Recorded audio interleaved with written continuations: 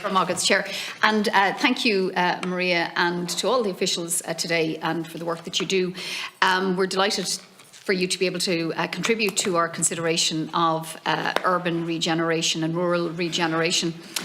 I'm going to focus my initial round on the urban, and hopefully I'll get an opportunity to come back later in the meeting, but we have a strict time task here with our chair. So in terms of... Well, I'm just saying, your reason... No, he's fair, I'm not complaining. But it is not to abuse the time. The 1.2 billion in the URDF funding, I agree with you, it has the potential to be a game changer. And I suppose for the North Inner City in Dublin Central, we were very fortunate and I think deserving to get 120 odd million in funding announced in that. For really important projects like the Fruit and Vegetable Market in Dublin 7, the National Monument on Moore Street Market itself, Parnell Square, City Library, Mountjoy Square, Five Lamps. It is a fantastic way for the state to be investing. I would argue it is long overdue and certainly more than a decade overdue. I would have to say, though, and I can't let you out of here today, that there is huge frustration and disappointment that we're a year on from the announcement, and I see very little evidence on the ground from City Council in terms of actually using those funds. And the fruit and veg, I'll use that as an example. Like, that not only is a spectacular purpose-built market building, the infrastructure itself, I think if we were to try to set out to do it today, the craftsmanship, it would be very hard to replicate.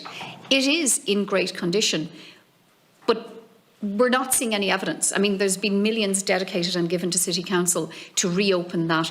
I have a list as long as my arm of people who would go in there and reanimate it.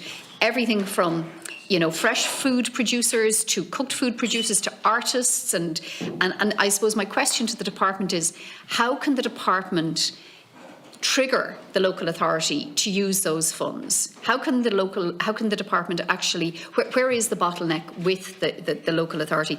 And similarly, in terms of residential properties in the North Inner City, we talk about Towns First, and absolutely Housing for All has clearly called out the need for us to use and reuse existing built infrastructure. There is no more sustainable way to increase our housing stock than to use the housing stock that's already built. That's not happening. Like, Dublin City Council has had a vacancy officer since 2017, and they had a pitiful track record when they came in and spoke to us about tackling dereliction and vacancy in the city. What can the department do with the local authority to support them to actually open up those properties? The city is coming down with people looking for affordable homes. The city is coming down with people looking for just homes. And yet we've endless vacancy and dereliction in the city. What can the department do to support the local authority? Because you're clearly providing the funds, but something more is needed. Thanks very much, Senator. I think there's a couple of issues just to address the important aspect you say in addition to giving the investment and the opportunity for investment is driving the programme. So from the department's perspective, and as you say, all of these projects we're giving the funding, the local authority is in the driving seat as the sponsor. But we have put in arrangements within the department. We will be meeting with local authorities regularly, and I might ask Lisa to come in on that in a moment. We have expanded our planning advisory team with Stuart so that we have advisors that will be dealing with all different areas of the country. And part of that is to give that support and the monitoring from the department's point of view to see that drive. It would have to be acknowledged that there has been a COVID, and while some housing projects, for example, social housing projects, were able to continue for a while if they were at a certain stage when there were construction shutdowns, the nature of the URDF projects were that they were shut down if they were at construction, but it has had a knock-on effect. So I think we're moving into very much the mobilisation phase as well. From a broader perspective, I think in terms of the actions in Housing for All around vacancy, obviously nationwide we've said about the vacant homes officers becoming full-time, and you mentioned that Dublin is one of the areas that has had full-time vacant homes officers, but again, from a supporting and a driving perspective, the department is establishing its own PO-led, principal officer-led vacant unit to bring together many of the things that the committee has been talking about, from the investment, the regulation, the funding, all of those aspects, to have a coordinated approach. The Housing Agency is looking at supporting authorities with advice through their procurement unit, through their CPO expertise. And the final piece that we will be working on from an NPF perspective is city delivery boards under Project Ireland 2040. So this would be a city development board for Dublin and for the other cities that really focuses on ensuring we have a national Project Ireland delivery board that has all of the Secretary Generals of the funding departments and now external members, and it's to bring that to the city level to see that there's that integration of the spatial plans and the investment, because some of these are very big projects, can be dependent on a lot of big public transport or water investment, as well as just the mobilisation of the projects.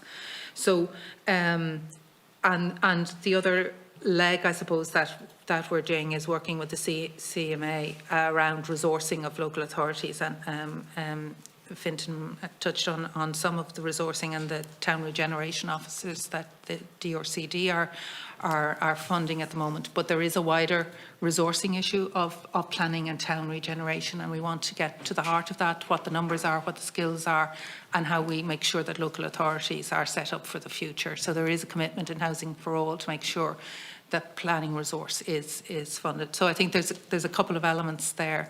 I'm not sure whether Lisa wants to talk a little bit just about how we engage with Dublin City County Council.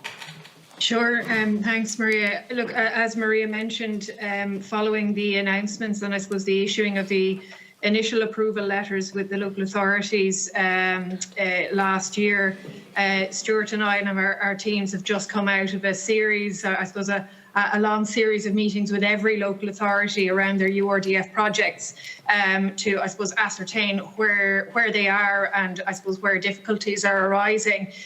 In relation to the North Inner City project, it's a hugely complex project, particularly because it's made up of about 15 different parts, each of them moving at different speeds.